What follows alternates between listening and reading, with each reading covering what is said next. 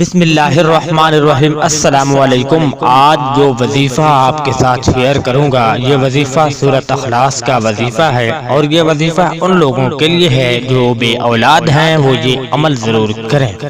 انشاءاللہ اللہ ان کو اولاد جیسی نعمت سے ضرور نوازے گا۔ سورۃ اخلاص میں اللہ نے اپنی ذات کا تعارف کروایا ہے، اور جب اللہ کو پکار کر اس سے مانگیں گے تو وہ ہماری جھولیوں کو کبھی بھی خالی نہیں لوٹائے گا۔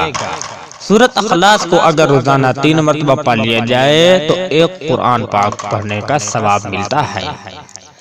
اور عمل کیسے کرنا ہے یہ ہم آپ کو بتا رہے ہیں۔ اس عمل کو آپ نے مسلسل 10 دنوں تک کرنا ہے، اور 10 دنوں کے اندر آپ نے 1000 مرتبہ سورۃ اخلاص پڑھنی ہے۔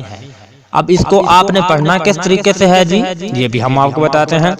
نماز عشاء کے بعد کسی بھی وقت تنہائی میں بیٹھ کر آپ نے یہ عمل کرنا ہے۔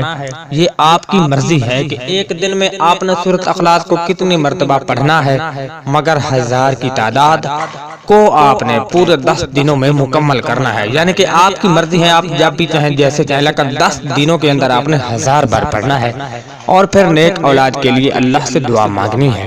انشاءاللہ آپ کو نیک اولاد سے ضرور اللہ نوازے گا۔ ہر روز آپ نے جتنی مرتبہ بھی سورۃ اخلاص پڑھنی ہے، آخر میں یہ دعا رب حب لی من الصالحین پڑھ کر اللہ سے اولاد کے لیے دعا مانگنی ہے۔ یہ دعا حضرت ابراہیم کی دعا ہے، اور یہ رد نہیں ہوگی، آپ یقین کے ساتھ پڑھیے گا، پوری ہوگی۔ وظیفہ کے متعلق ضرور ہدایات جو کہ آپ کو جاننا ضروری ہے۔ اس عمل کو آپ نے پورے یقین کے ساتھ کرنا ہے۔ عمل جیسے بتایا ہے آپ نے ویسے ہی کرنا ہے۔ اپنی مرضی سے عمل کا وقت آگے پیچھے نہیں کرنا ہے۔ انشاءاللہ آپ دیکھیں گے کہ آپ کو اس کا کسی حد تک فائدہ ہوتا ہے۔ یہ ایک بہت ہی مجرب اور طاقتور عمل ہے۔ عمل کے دوران آپ نے کسی سے کسی قسم کی گفتگو نہیں کرنی ہے۔ اس عمل کو خود بھی کریں اور صدقے کی نیت سے دوسروں تک بھی پہنچائیں، یعنی کہ